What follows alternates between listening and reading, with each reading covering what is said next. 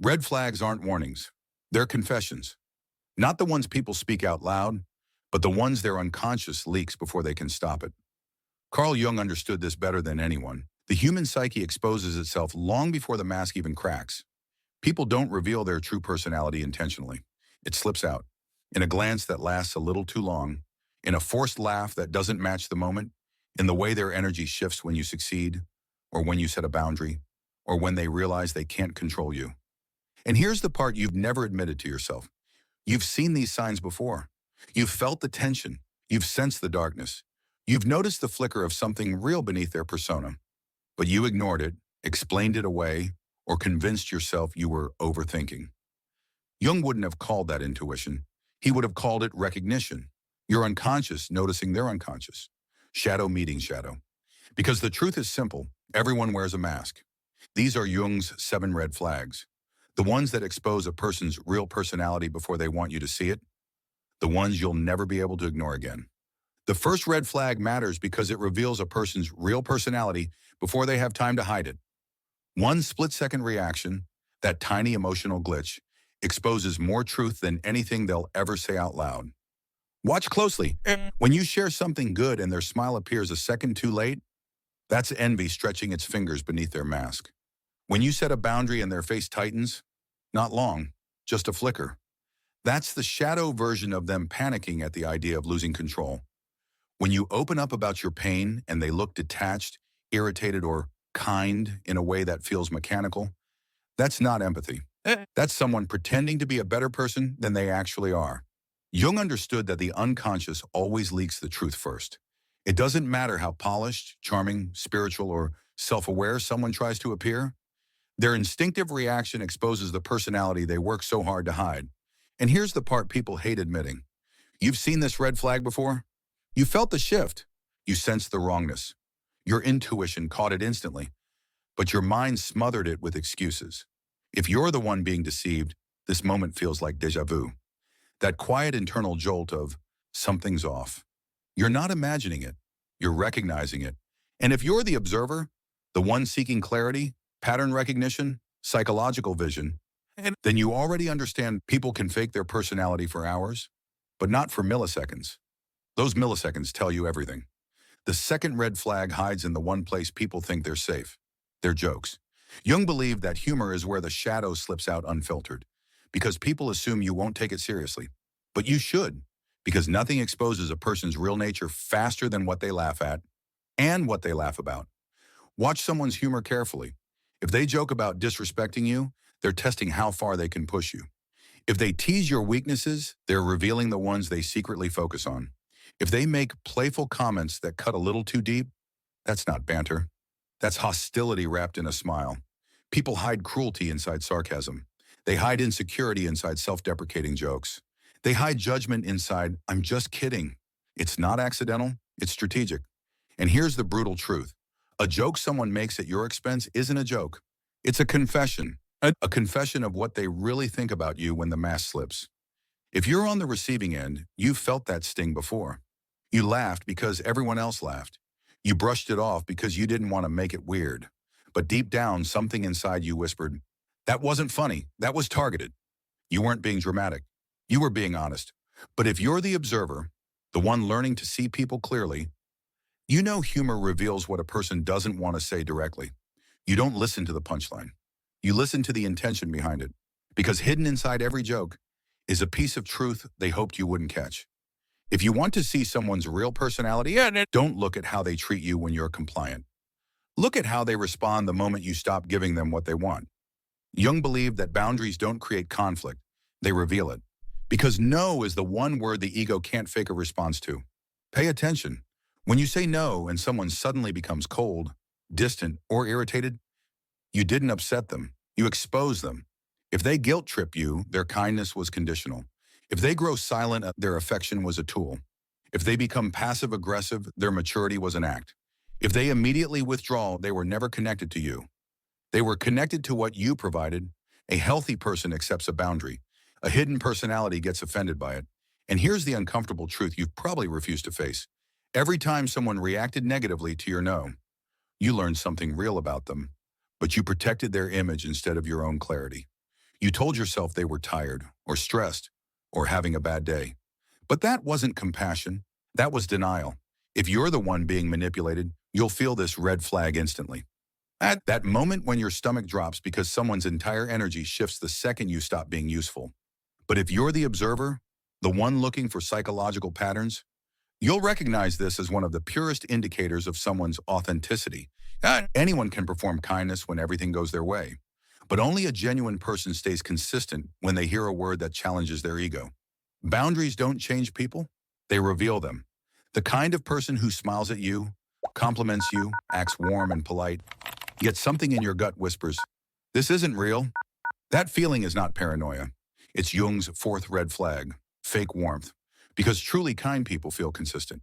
Their energy has weight, substance, presence, but someone hiding their real personality gives you the shallow version. The copy and paste friendliness they use on everyone. Smooth gestures with no emotional temperature behind them. Warm words with cold eyes. Niceness without soul. Pay attention to the moments when the interaction doesn't match the emotion. The smile that doesn't reach the eyes. The compliment that feels transactional. The eye care tone that feels rehearsed.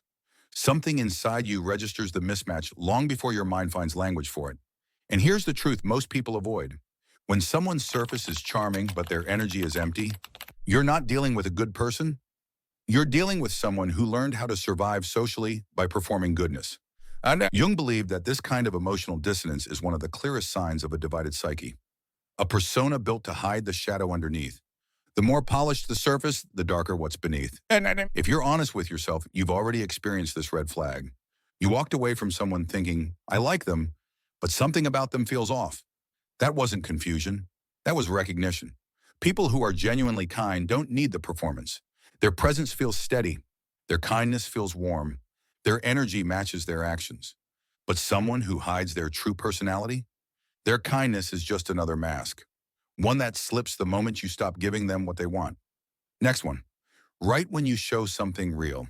If they go quiet in a cold way, if their eyes lose warmth, if they seem bored or uncomfortable, if they act like your emotions are too much, that's who they truly are. Jung believed that vulnerability exposes a person faster than conflict because you can't fake instinctive reactions to someone else's pain. Pay attention. If you tell them something serious and they look away, they're avoiding your reality. If they rush to change the subject, they can't handle emotional depth. If they try to give solutions instead of presence, they're not connecting. They're escaping. If they stay strangely calm while you're hurting, that calm isn't strength, it's detachment. And you know this feeling. You've opened up to someone before and felt that sudden emotional drop, that sense of being unheard, unseen, or too much. Your body noticed it instantly. If you're the one being dismissed, you start shrinking. You share less, you hide your emotions, you learn to not bother them. That's not growth. That's emotional self-censorship. But if you're the observer, the one learning to read people, you'll recognize the rule Jung lived by.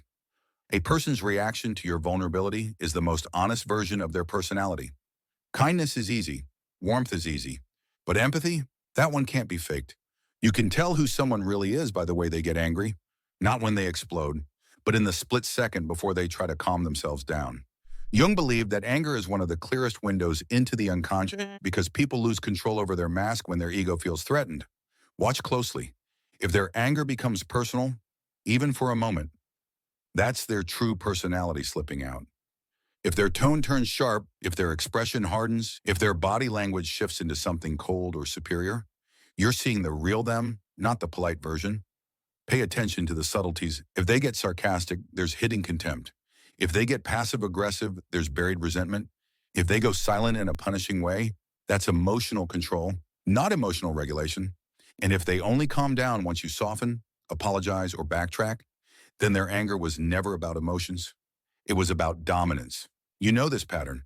You've been around someone whose anger felt unsafe, not because they yelled, but because their energy shifted into something completely different.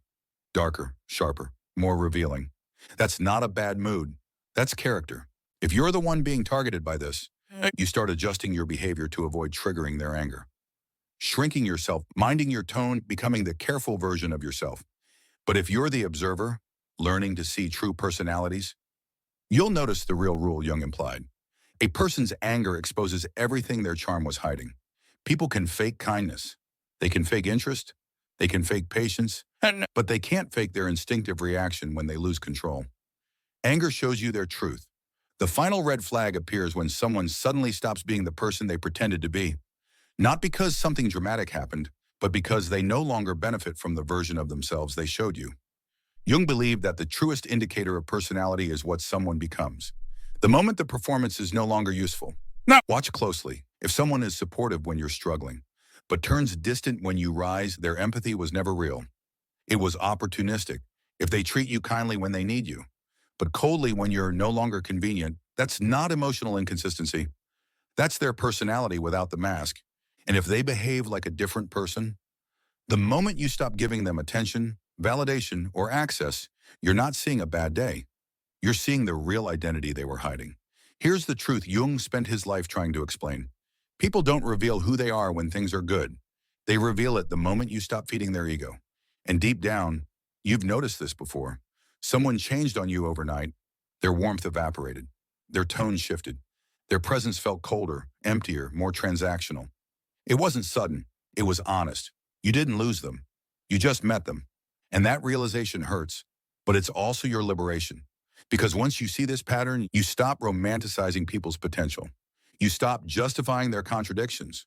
You stop treating red flags like misunderstandings. You start seeing personality for what it is, a daily pattern, not an occasional performance. This is the power of Jung's red flags. They don't teach you how to judge people.